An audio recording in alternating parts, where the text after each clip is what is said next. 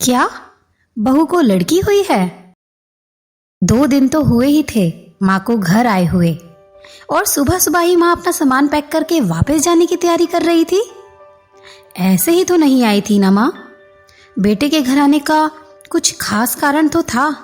बहू की डिलीवरी हुई थी और दादी बनने का नसीब माँ को मिला था। माँ दौड़ी दौड़ी खुशी से अपने कॉलेज से छुट्टियां लेकर आई थी अपने पोते का मुंह देखने के लिए। एक बड़े कॉलेज में लेक्चरर होने के बावजूद माँ की सोच अभी भी ऑर्थोडॉक्स टाइप थी, जो पहले से सोच कर बैठी थी कि पोता ही होगा तो ही अच्छा होगा। माँ के अरमानों पर तब पानी फिर गया जब बहू ने बेटे को नहीं बेटी को जन्म दिया। हालांकि माँ यह सब कुछ अपने चेहरे पर दिखाना नहीं चाहती थी, लेकिन उनका जो बर्ताव था सारी बातें बयां कर रहा था। माँ को वापस जाने की तैयारी करता देख बेटा अपनी माँ के पास आया और बोला, माँ सिर्फ 2 ही दिन तो हुए हैं तुम्हें आए हुए और तुम जाने की तैयारी कर रही हो। अरे बेटा, तुम जानते ही हो कॉलेज फिर से शुरू हो गए हैं। तुम्हारे पापा और मेरे लेक्चर फिर से शुरू करने पड़ेंगे। ज्यादा छुट्टियां भी तो नहीं ले सकती ना मैं, मुझे जाना ही पड़ेगा। लेकिन तू चिंता मत ना कर, थोड़े दिनों बाद मैं और तेरे पापा दोनों फिर से आएंगे। अगले दिन सुबह सुबह माँ नहा धोकर जाने के लिए तैयार थी। बेटा किचन से चाय बनाकर माँ को देता है।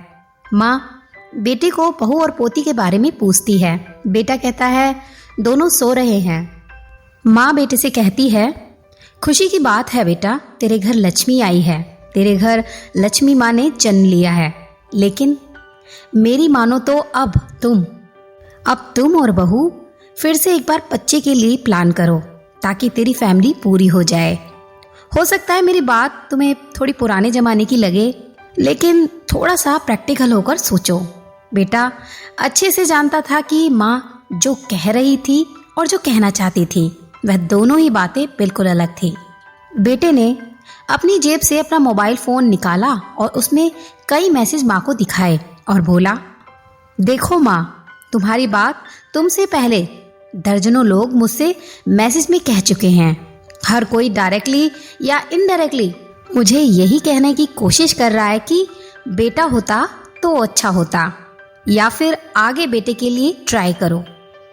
माँ तुम चाहे मुझे जो भी समझाने की कोशिश करो, लेकिन मैं यही कहूँगा कि तुम और पापा दोनों ही अभी भी पुरानी सोच को पकड़े हुए हो।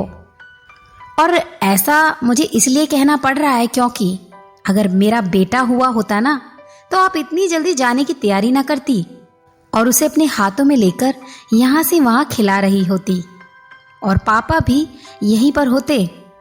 माँ 21वीं सदी में जी रहे हैं हम, फिर भी ऐसी मान्यताएं, और आप दोनों से मुझे ये उम्मीद नहीं थी। आप हजारों बच्चों को लेक्चर देते हो और खुद इस तरह के विचार रखते हो। अगर आप ऐसा मानते हो ना कि बेटा बेटी दोनों होंगे तभी फैमिली कंप्लीट होगी, तो मेरे एक सवाल का जवाब दीजिए कि मैं अकेला क्यों हूँ, मुझे कोई बहन क्यों नहीं है? माँ के पास बेटे के सवाल का कोई जवाब नहीं था। वो अपनी नजरें नीचे झुकाए वहां से चली गई। बेटा अपनी माँ से बहुत प्यार करता था, वह बिल्कुल भी अपनी माँ का अपमान नहीं करना चाहता था, लेकिन गलत विचारों का समर्थन करना भी उसे ठीक नहीं लगा। यह सारी बातें बहू ने भी सुन ली थी। बेटे ने उसके पास जाकर उसका उतरा हुआ चेहरा देखकर उसे समझाते हुए कहा,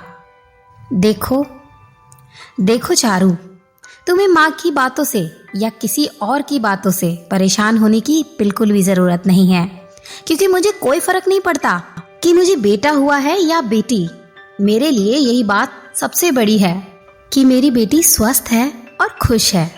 चारू बोली, मैं माँ की बातों से या किसी और की बातों से बिल्कुल परेशान नहीं हूँ, लेकिन हाँ मैं परेशान जरूर हूँ। मैं एक समाज सेविका हूँ और मैं हर दिन कई लड़कियों से मिलती हूँ। अचरज की बात यह है कि मुझे आज तक एक भी लड़की ऐसी नहीं मिली जो ये ना कहती हो कि लड़की होने की वजह से उसे अलग तरीके से ट्रीट ना किया गया हो या कुछ सहन ना करना पड़ा हो। मैं खुद एक औरत हूँ और इस बात का अनुभव मैंने भी किया है। और अब जब हमारे घर में भी एक लड़की ने जन्म लिया है तो मैं परेशान हूँ। पति अपनी पत्नी को समझाते हुए कहता है। कल्पना चावला, रानी लक्ष्मीबाई, पीवी संग, Pratibha Patil, mother Teresa, Kiran Bedi, list इतनी लंबी है कि कभी खत्म नहीं हो सकती। क्या इन सब ने ये सब फेस नहीं किया? ताओ, इन सब ने क्या ये सब कुछ फेस नहीं किया होगा? जरूर किया होगा, लेकिन उन्होंने दुनिया को जो साबित करके दिखाया है ना, और वे जिस मुकाम पर वे पहुंची हैं, वही हर एक लड़की को हौसला देने के लिए काफी है। और इन सब में जो सबसे पहला नाम आएगा, जो हमारी बेटी को हौसला देगा, वह होगा चारू शर्मा, यानी कि तुम्हारा।